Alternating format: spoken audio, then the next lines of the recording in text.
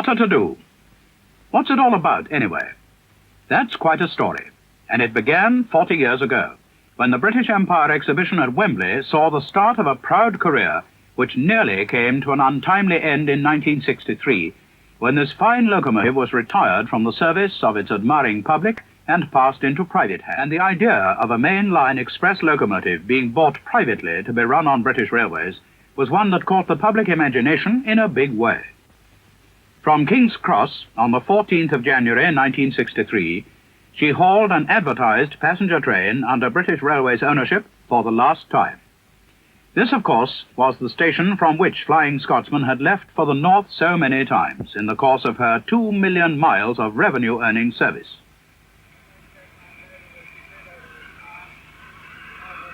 Were also there in force, including a number from the USA and Canada. Again and again, Alan Pegler, in his footplate finery, retold the story of how he came to save the lady of his dreams from a fate worse than death, ignominious dismissal to the scrap heap.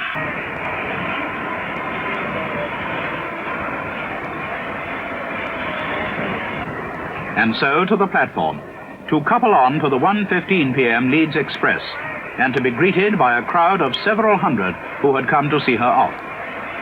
There were carnations for Alan Pegler and the train crew. The station master had his top hat on as he read messages of congratulation with Alan Pegler's wife, Pauline, and the scene was reminiscent of a royal occasion.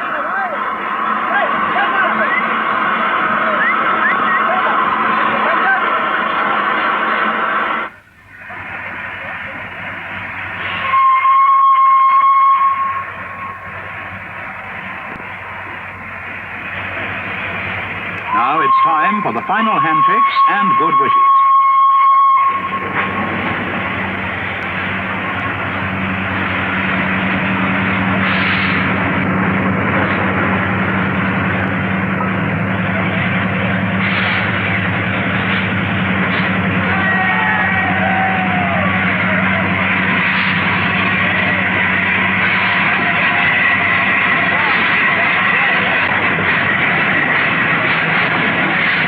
For the driver, these were anxious moments as the cameramen crowded to the very rails.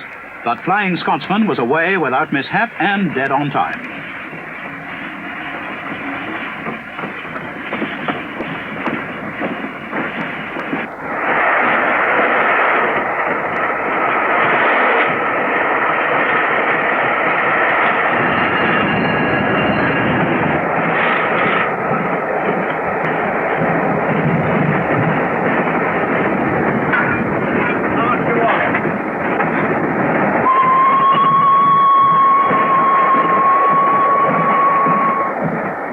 This snowy landscape near Hadley Wood was one of the few places without sightseers, but most of the way along the route to Peterborough, the only stop before Doncaster, railwaymen and enthusiasts were out to give a wave and a cheer. Up the long climb to Potter's Bar, Flying Scotsman got well into her stride. Indeed, a maximum speed of 90 miles an hour was reached later while many of the passengers were still having lunch.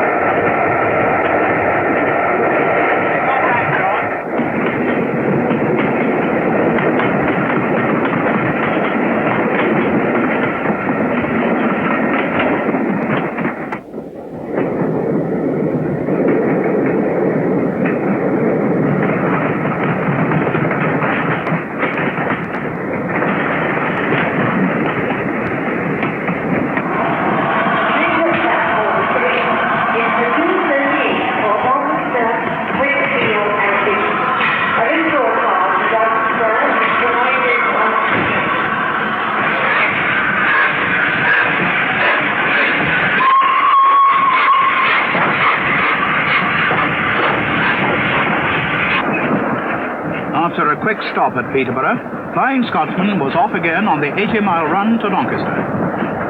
She made up time steadily all the way, and was 4 minutes early passing Retford. 3 miles north of there, at the Barnby Moor level crossing, a party of family friends had turned out to see the latest Pegler acquisition. This called for a lot of waving by Alan Pegler and his wife from the train, and a long blast on the whistle.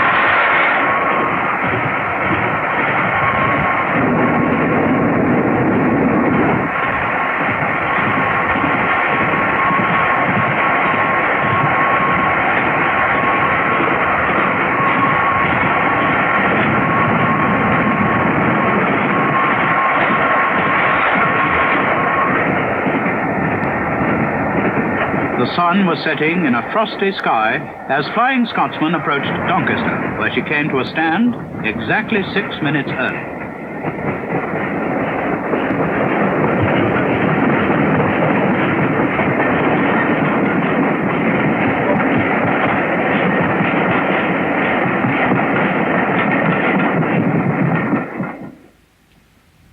In those same workshops at Doncaster where Flying Scotsman was built, they carried out the restoration work on the locomotive in a remarkably short time.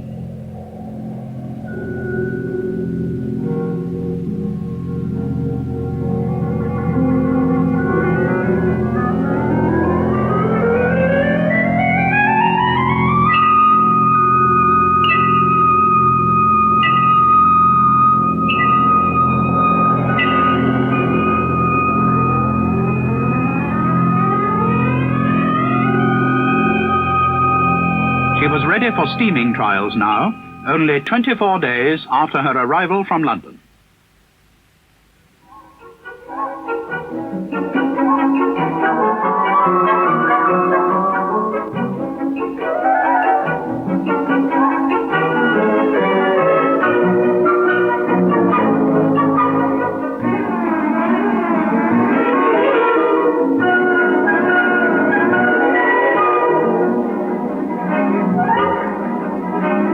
Turning was recoupled to the other end of the train, thus providing an opportunity to obtain these unique views of the locomotive at the intermediate stage.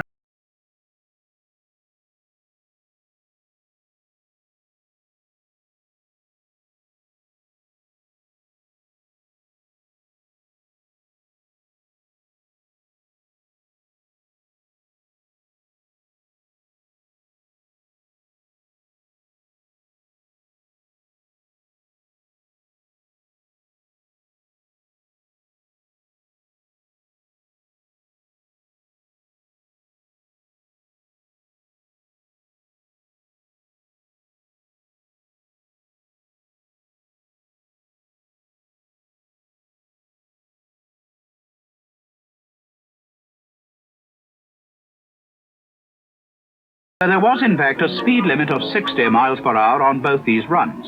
But despite this, enough information could be gained to prove that the mechanical work on the locomotive had been completed satisfactorily. The load in each case was of 12 coaches weighing 377 tons.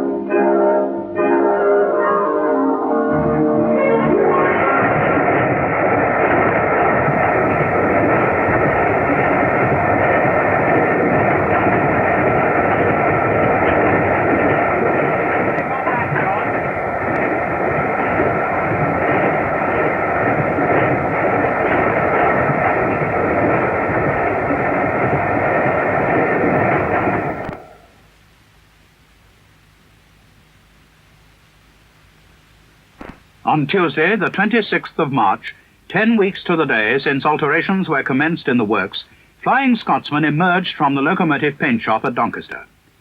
She had now said goodbye forever to her last links with British Railways, the number 60103 on the cab sides and the comparatively dark locomotive green paint with which everyone was familiar. Grey primer at one stage of the operation gave her a curious appearance. Then the old LNER apple green paint was applied, the locomotive lined out, her original number 4472 painted on in gold leaf, and the letters LNER painted on her newly acquired corridor tender.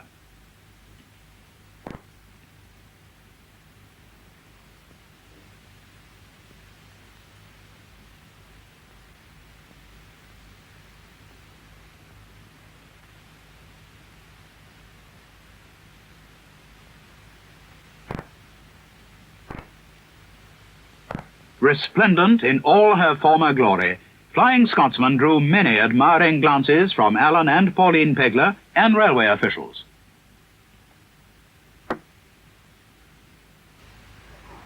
But the first public run took place on Saturday the 20th of April, when Flying Scotsman hauled the Festiniog Railway Special from Paddington to Ruaben.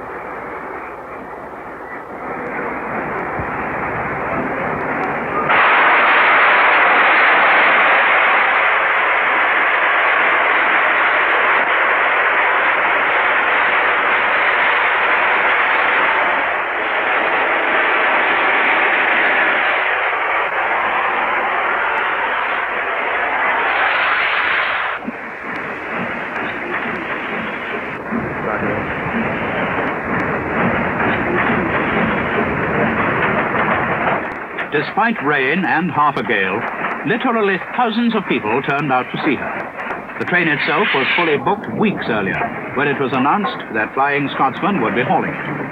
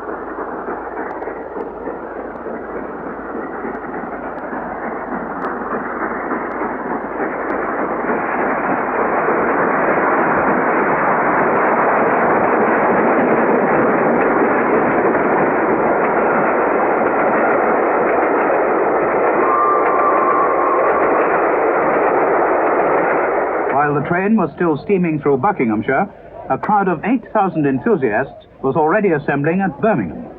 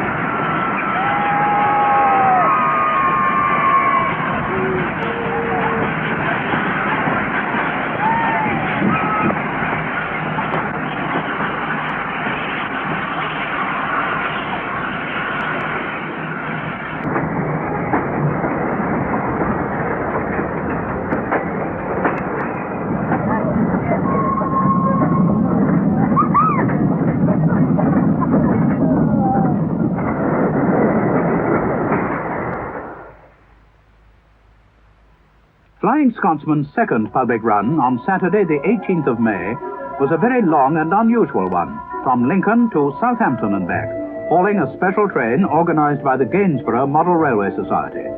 A new Pullman car was next to the engine, and an observation car on the rear. And as in the case of the Festiniog special, every seat on the train was sold, and huge crowds lined the route. This journey provided another first, the first time Flying Scotsman had ever been to the south coast. The round trip of 500 miles was completed with ease, the locomotive steaming freely the whole way. Now that Flying Scotsman's availability for special excursions is widely known, it is confidently expected that this grand old veteran will be seen increasingly on the tracks of Britain, adding new devotees everywhere to the long list of her admirers.